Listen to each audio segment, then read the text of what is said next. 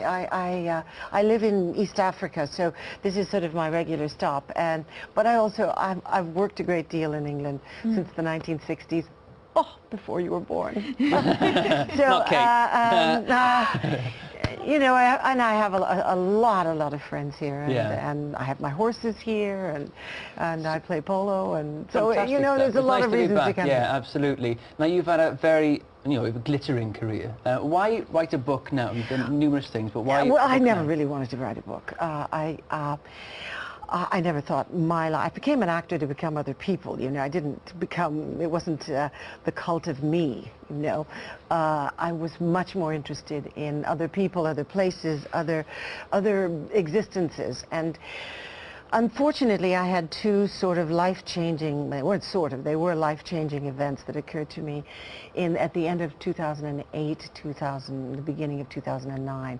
I was here in Britain doing a panto with Christopher Biggins, the divine Christopher Biggins. Yeah. And my mother became terminally ill in Los Angeles, and I had to go back and be with her, which I had the privilege of being with her until the end, which we sometimes miss with our beloved ones, and I had an unusually close relationship with her.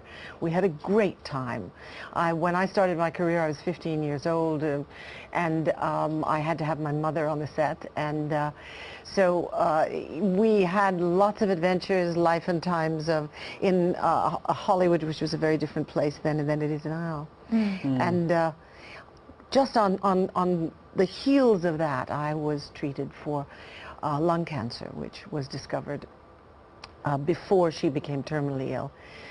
And so as I was recovering from both events, which were certainly, it was an emotional and a physical recovery, I discovered, first of all, that everything I threw out, she saved, thank God.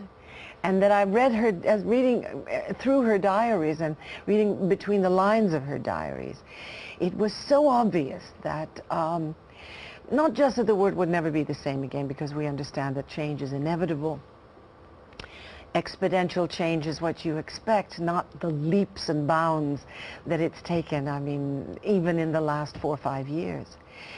And it seemed that as I reminisced about some of these stories and the people, that what a privilege it had been for me to have experienced the world at that time. Was it quite therapeutic for you as well, Stephanie? Oh yes, it's always a catharsis. It's always a cathartic experience to actually, you know, go through an awful lot of the memories that we don't do on a regular basis. We all turn the page. We all live either in the present or in the imminent future, or what we hope is going to be the imminent future. And as well as these tragedies, you've also told some fantastic stories about some of the Hollywood greats that you were lucky enough to. Well, it was also an opportunity for me to sort of, in my way, set the record sort of straight about William Holden.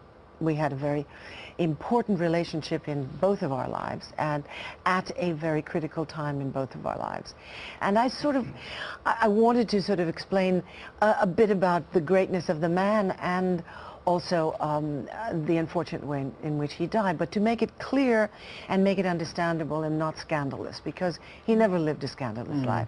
The man's achievements were far beyond those on the screen. He was a conservationist before it was a popular issue.